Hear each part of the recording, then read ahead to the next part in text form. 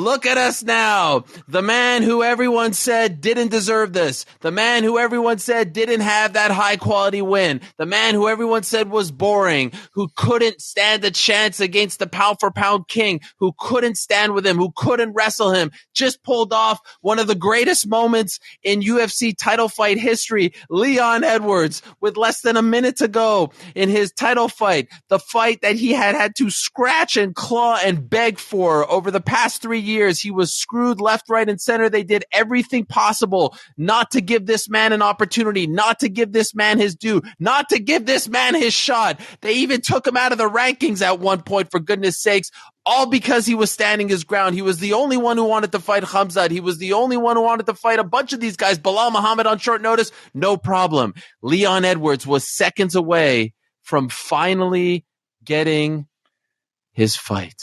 And he was from seconds away from losing that fight. And he was seconds away from heartbreak. And what did he do? He head kicked Kamaru Usman. My friends, there is a new UFC welterweight champion. He hails from Birmingham, England. He hails from Jamaica. And he said it. A guy who has been said in the past, people have said about him that he could not speak, that he couldn't cut a promo, that he was boring, that he was uninteresting, that he was not a great interview. Look at that post-fight interview. They'll be replaying it for years. Look at me now. Look at me now. What will you say about me now? Leon Edwards is the champion of the world. What a moment. God damn, I'm so happy that we have a post-fight show here. I don't know what to say. I'm not going to take up any more time here at the top, but I had to get that off my chest. Ariel Helwani here, being joined by Chuck Mindenhall, the man of the hat, being joined by the patron saint, Mr. Petesy Carroll, being joined by our fearless producer. Thank you to everyone who is joining us live on this memorable, momentous, incredible, shocking night in MMA history. A card that was kind of fizzling out ends with one of the great moments I will be talking about forever. And back in January, we asked everyone on this show for their bold pick, for their fearless prediction. The man that I am staring at right now, Petesy Carroll, didn't say it for the clout, didn't say it for the retweets, said it because he believed it, because he's been covering Leon longer than any of us. He predicted that at the moment that they would fight, whenever that time came, because we didn't know when it would come, Leon Rocky Edwards would win. He was 50 seconds or so from being wrong, and then he freaking did it. Petesy Carroll, take your bow. Here are your flowers. You nailed it. I don't know about nailed it. I could never have predicted it happening that way, Ariel. I was looking at Leon at the start of the 5th round going, are you going to be able to look yourself in the mirror knowing that you are back in there with him and you might never get another shot at this title? I could see his corner losing hope. They were losing their patience. Get expletive up, Leon. This kind of stuff coming from the corner. You only hear that when you feel like there's nothing left, when there's absolutely no alternative. We don't even have advice to give you. Just please get up. And then he gets up and sends Usman down. I cannot believe what we've just seen today. Unbelievable. And what a moment for Leon Edwards, a man who was never given the spotlight, just grabbed it from the UFC. I am buzzing, man. Chuck, what are you thinking? How did you react? Tell us. Dude, it's over. This thing. So it's already taken on a bigger flavor of the first fight extended to now. 6 whatever years later. It's basically Usman. It's like Leon having his best moments early in the fight, and then the rest of the fight is all Usman as it goes on. More and more Usman getting taken down a bunch of times. His corner has really no sound advice, no technical advice, just like get up, things like this that you're just like, oh, this is just bad. We were talking about his body language between the 4th and 5th round. He just looks defeated, right? Like he doesn't look like he's going to bring it into that 5th round. There was no indication that anything like that was going to happen.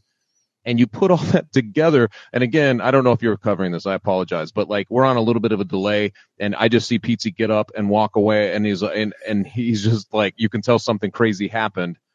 And I knew it couldn't be an Usman finish because you're like, that wouldn't be crazy. That would just be the natural end of this fight. So processing all of that in real time and seeing that is just absurd, man. I mean, just to see that type of thing, I don't even know what the official time of that was, but it was inside of a minute, something like that. To go, man, it was 56 seconds. I mean, it just doesn't happen. It doesn't happen. The times it happens, you always say the same thing, but for the stakes, and I know you guys were talking about Leon's path, all the stuff, the travails, everything he's had to do to get here, for it to end like that, That's just amazing, man. That is just amazing to me. I'm getting a word here from my guy John Ewing, who works for BetMGM, who gives me all these great insights. Leon to win in the 5th, based on how the fight was going, was a 33-1 underdog. Wow. Oh my God. 33-1. That's how, dire the situation was, right? That's how dire the situation was. No sane person would have put money on that. No, because if you were just watching the fight, and here's the unfortunate thing. By the way, let's we have all there's great scenes right now. If you mute it, just like we're seeing Tim holding the belt, our good friend Tim Simpson, Leon crying, just like amazing scenes that we're getting to see backstage here of a very emotional Leon Edwards, a guy who, I mean, you hate to say like this guy deserves it, that guy deserves it, man. This dude has put in the freaking time. He has certainly earned his spot as one of the as one of the greats now in the sport. Usman, by the way, was a minus 10,000 after round 4. That's how this fight was going. But when you consider the fact that, Usman loses now and everything he did, the unfortunate part about this is that the narrative will come out, like we were talking about. Was he, I don't know, feeling himself, the boxing, this and that? It really doesn't apply. Usman fought a great fight, right? Like you can't really apply. It's not like if he would have got head kicked in the 1st or the 2nd, you could be like, he did this to himself. It really doesn't. The dude just got head kicked with 56 seconds left. Maybe he let his guard down for a second, and Leon did set it up nicely. But all that narrative stuff that we talked about, like Usman is an incredible fighter and had an incredible run, and it just goes to show, once again, it is so hard to defend the title so many times, just like DJ did it, and no one gave him respect, just like Anderson did it, just like George did it. You talk about George being, second to Usman, like you got to defend those belts. And this just proves that it's freaking hard to defend those belts successfully. So, oh my God, what a freaking moment. What a freaking moment, guys. When was the last time you felt like this watching a fight? I mean, it's been a while. It's just so improbable. It's so improbable that you just, you have trouble believing what you just saw. They're throwing that replay, and then you just keep going over it in your head like, man, especially with the stakes being what they were for Usman, Like you said, he's entering that GOAT sphere. And they were playing that up, obviously. They're playing that up big time. And to go out like that, I mean, it was shades maybe of like the Anderson Silva Chael Sonnen fight at UFC 117, where it's going a direction and you're pretty sure now you know exactly where it's going, and then it's not there. And then boom, Anderson Silva. But it was the opposite, right? Because the champion didn't win. You know what? I can't believe Go ahead, Petesy. This is like the best time this could have happened for the UK. Think about all the things that are happening in UK at the moment. It's becoming a more, it's becoming a more digestible sport for the masses in the UK. You look at the likes of Paddy, Molly getting all these mainstream spots, the kind of cultural crossover that the UFC London had in March. Now they got a guy from Birmingham who's got that big gold belt around his waist. I mean, I think this is an amazing time for UK MMA fans. And I think it can only mean good things for how the sport is seen and perceived in this part of the world, to be honest. UK MMA fans, the UK fight scene, obviously Anthony Joshua today didn't prevail, but like the UK combat sport team, we talked about how today was like all about UK combat sports, starting with PFL and then bare knuckle, and how Anthony Joshua was going to overshadow. Hey, how about the fact that Leon Edwards overshadows Anthony Joshua now? I mean, this is an unbelievable moment. Just the second UK fighter to ever win a UFC title. I know he's not born in the UK, but this is a UK citizen. How dare you, Ariel, say something like that? I mean, this is a UK's victory. I can't believe it. Come on. This is Birmingham's own. I'm trying to think. It's impossible to rank these. This is Holly Holm, Ronda Rousey, but yeah.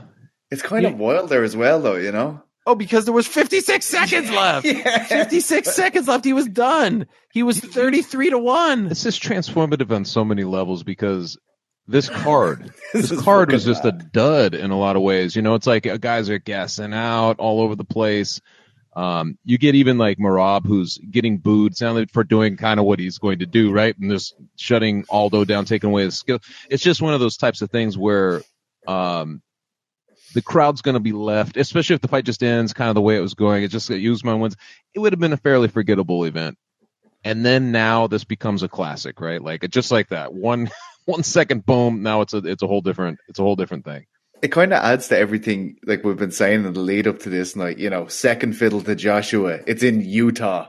I know. All of these things. This actually plays into it more. The card's a bit of a dud, and PT, then this happens. He's still 2 fights away though from a title shot. Obviously, perpetually 2 fights away, Leon Edwards. Not He's anymore. gonna have to go in the Ultimate Fighter now, right?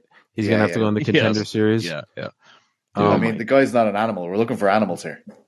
I'm sure you covered it, but he had no path back to ever doing this again. By the way, it's like that's what we were saying. Like we were like, I was looking at him at the beginning of the 5th round, going, "Surely you're saying to yourself, mate, I can't believe I'm letting this slip through my fingers. They're never going to put me in this spot again." That's exactly how he looked. That's exactly how he looked. And the way we were talking again about the corner, like all of the body language, not from Leon, everyone in Leon's team seemed to be clutching at straws. Get up, when you're just saying get up to a dude, it doesn't send a good message. This is so improbable, the most out of nowhere thing I can recall off the top of my head. Like you're asking what I compare it to. It's hard to find anything I compare this to. Yeah. Not with those types of stakes, man. Not with the home one only in the stakes sense, but then again, Holly was already doing big things in that fight. It's just, it was so sudden, right? I mean, you always know that this threat exists, but this particular fight, it did not feel like that threat existed at that moment. It didn't feel like going in the 4th round, that threat still existed.